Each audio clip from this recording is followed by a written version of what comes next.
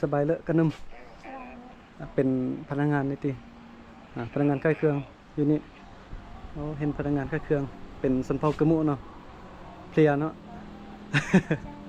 เบิ่งน้องเบิ่งไอายคือสันเผายังกระมุกับสันเผามงคืออันใด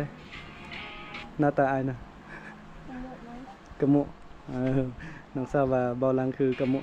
เป็นกระมุก็เป็นเนาะมื้อนี้น่ะเป็นเบากระมุอันนี้น้องทราบเพิ่นถามชื่อได้บ่ชื่อหยังน้องสาวเนี่ยพิมพ์จักปีแล้วตอนนี้10 สาวบวกคิดว่า10 สาวอายุ20 ปีเนาะเฮ็ดเวียกอยู่นี่ตอนนี้โสดแล้วติเนาะมีแฟนแล้วบ่นี่มีแฟนแล้วFC อกหักแล้วตอนนี้ว่าจะถามน้องสาวเพิ่นได้ว่าน้องสาวมีแฟนแล้วเนาะ โอเคครบแล้วเยี่ยมกระมุมันเยอะเข้าไปเที่ยวส้มได้เต้บ่นี่เมื่อกี้ไปยอกน้องสาวเพิ่นเนาะน้องสาวเพิ่นเบาลังคือสนเผากระมุเดี๋ยวจะพาไปเที่ยวส้มเบิ่งว่าเขาเจ้าค่ายแม่งไงอยู่นี่โอ้สุดท้ายจะค่ายเครื่องหัตถกรรมนะพ่อแม่พี่น้องน่าจะแพงมาได้จังนี่เพราะว่าคลิปก่อนๆเบาลังก็เคยไปรีวิวอาหารค่ายเครื่องเมทัลอยู่เมืองลาวเนาะเครื่องหัตถกรรมนี่แพงโอ้นี่เครื่องเก่าเครื่องบูหานมาเนาะอยู่นี่นะโดยเฉพาะเป็นโคมไฟแบบนี้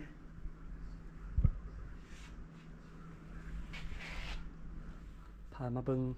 หารค่ายเครื่องหัตถกรรมเนาะเครื่องเก่าแบบดังเดิมสมัยเก่าอันนี้ก็เป็นจองเป็นบ่วงสมัยดังเดิมมันน่ะเป็นไม้ไผ่ไม้สร้างตัดเอามาแล้วก็มาแต่งเป็นบ่วงตักสดน้ำแกงกินเนาะเครื่องเก่าเครื่องแก่แบบดังเดิมเลยนี่เป็นหม้อนึ่งข้าวอันนี้ก็น่าจะเป็นฮีบบ่เนี่ยอันนี้ก็สุดประจำชนเผ่าน่าจะเป็นชนเผ่ากะมุนะแบบนี้นะชนเผ่าอาคาแล้วก็ชนเผ่ามงมีหลายชนเผ่าเลยเสื้อผ้าอยู่นี่นะเป็นเครื่องหัตถกรรมเครื่องแบบดังเดิมสมัยเก่าเนาะเครื่องเก่า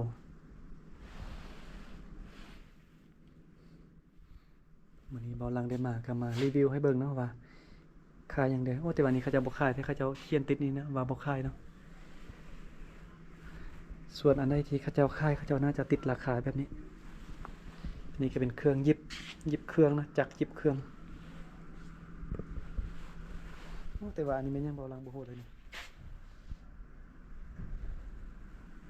อันนี้ก็เป็นแอปเข้าพาเข้าเนาะอันนี้ก็เป็นข้อง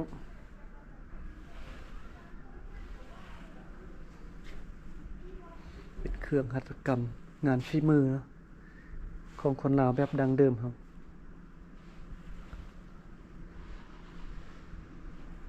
มีหลายอย่างเลย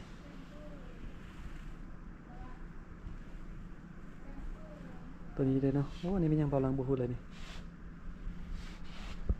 ราคาเนี่ยเขาจะเอาติดใส่3,500,000กีบเห็นบ่เดี๋ยวจะเบิ่งหรือว่าอ่านผิดบ่นี่เบิ่งดีๆเนาะหน่วย10 หอยพันหมื่นแสน3,500,000กีบพญานาคป๊อกเบิ่งเอาเนาะอันนี้นะ ราคา3,500,000กีบตัวนี้ใครสนใจอยากได้บ่นี่เครื่องดังเดิมเนาะเดี๋ยวพอหลังจะเบิ่งว่าแต่ราคาแต่ละอย่างเท่าไหร่เนาะตัวนี้นี่30,000กีบโอ้แอปเข้าอันนี้25,000กีบเนาะ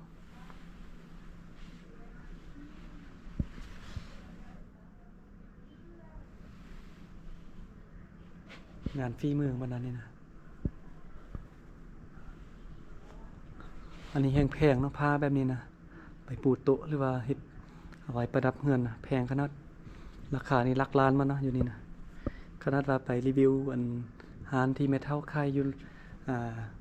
เมืองล่าก็ยังว่าแพงแล้วเนาะถ้าเทียบกับฝีมือนี่ก็น่าจะบ่แพงนะเพราะว่าก่อนจะเฮ็ดมานี่ก่อนจะสำเร็จบ่เป็นเรื่องง่ายๆเนาะใส่ความดุมันความอดทนนะจึงจะแล้วนะอันนี้ก็เป็นทงเขือเปียกเนาะตัวนี้น่าจะเป็นหลักเส้น4-5 เส้นหรือ6 เส้นเนี่ยเนาะเขือเปียกทงเขือเปียกแบบนี้นะเป็นเครื่องเก่าเครื่องแก่เครื่อง หัตถกรรมงานฝีมือของคนลาวแบบดังเดิมแต่ละชนเผ่าเนาะ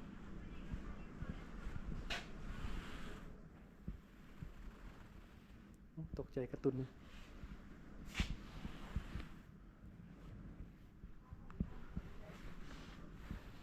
อันนี้มันดาบ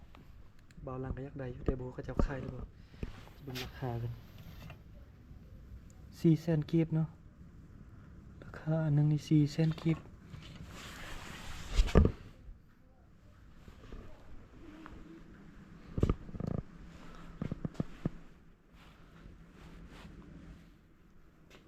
ท่องเขือเปียดนี่ลายเป็นพิเศษเลยท่องเขือเปียดกับอันผ้าปูโตะนี่นะ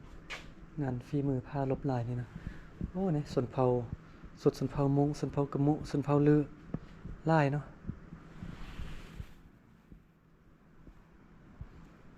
มีกระบุงมีกระตาใส่เข้านะ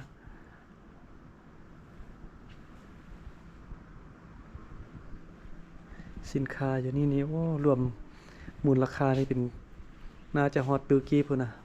เบิ่งเนาะแต่ละอย่างเครื่องหัตถกรรมโมเมนต์ของทึกๆได้อยู่นี่งานฝีมือมันนะ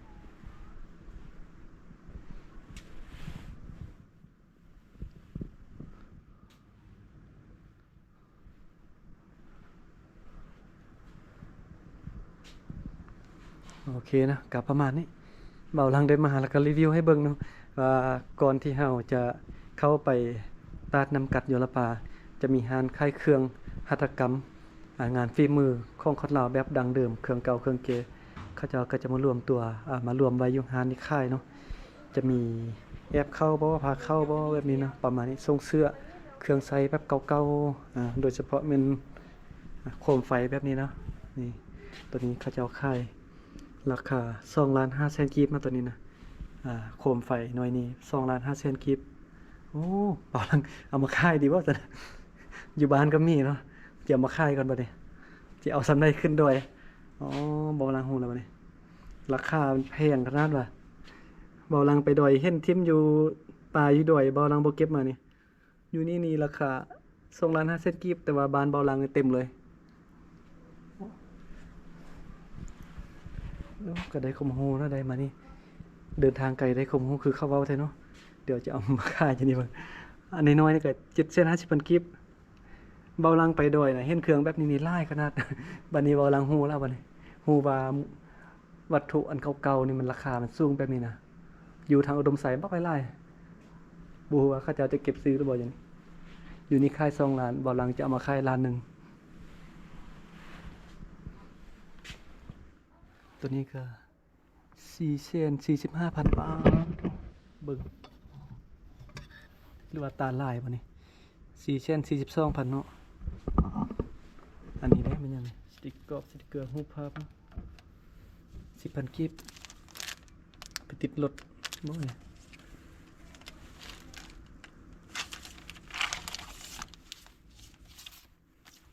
แผ่นหนึง10,000กีบเนาะตัวนี้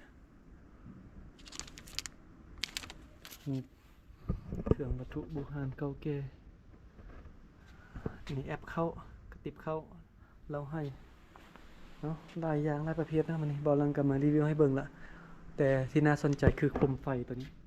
บอลังจะไปเอาอยู่ดอยมาให้เขาเจ้าเบิ่ง